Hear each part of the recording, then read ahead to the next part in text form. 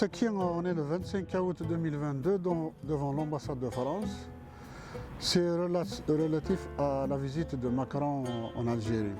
Donc j'ai une déclaration à vous lire, et je m'adresse surtout à l'ambassade de France, aux Français, à la France officielle. Il n'est un secret pour personne que la France officielle désigne et installe les dirigeants des pays franco-africains qu'elle a quittés il y a 6 décennies. L'Algérie n'a pas échappé à la règle. La protection de ses dirigeants est garantie par cette France dont les intérêts sont réciproquement garantis et protégés par ces dictateurs incultes. De Gaulle avait remis les clés de la maison Algérie pour ses amis caporaux qui sont devenus aujourd'hui des généraux, dirigeants, dictateurs, criminels, voleurs, voyous.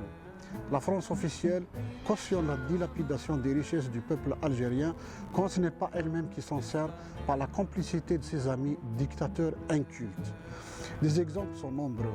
La Kabylie refuse cet état de fait depuis l'indépendance confisquée en 1962 avec la bénédiction de la France et compte rester insoumise à cette France ainsi que l'arabo-islamisme. Nous sommes des Kabyles dans le monde amazigh et nous comptons le rester quel qu'en soit le prix à payer. L'Algérie a perdu définitivement la Kabylie depuis avril 2001 quand la France des droits de l'homme était complaisante devant le génocide qui vous déchoit de ce qualificatif du pays des droits de l'homme. Oui, la France est un pays des droits de l'homme français et seulement français. Et cette France est aussi le pays où est seulement écrite la charte des droits de l'homme. Étant donné le paternalisme affiché par ce pays vis-à-vis de l'Algérie, le MAC en aval doit s'adresser à M. Macron pour lui signifier que le peuple kabyle ne fait plus partie de l'Algérie et que votre visite dans ce territoire ne doit en aucun cas se faire au détriment de la Kabylie. Vous devez savoir aussi, Monsieur le Président, qu'il y a plus de 500 Kabyles détenus dans les prisons de cette mafia que vous soutenez au détriment des droits humains, pour leurs opinions politiques dans des conditions inhumaines, dont les méthodes sont, dois-je vous le rappeler, héritées de votre France des années 50. Le temps de vous racheter est venu. Le chemin pour l'indépendance de la Kabylie est irréversible et non négociable par des moyens pacifiques.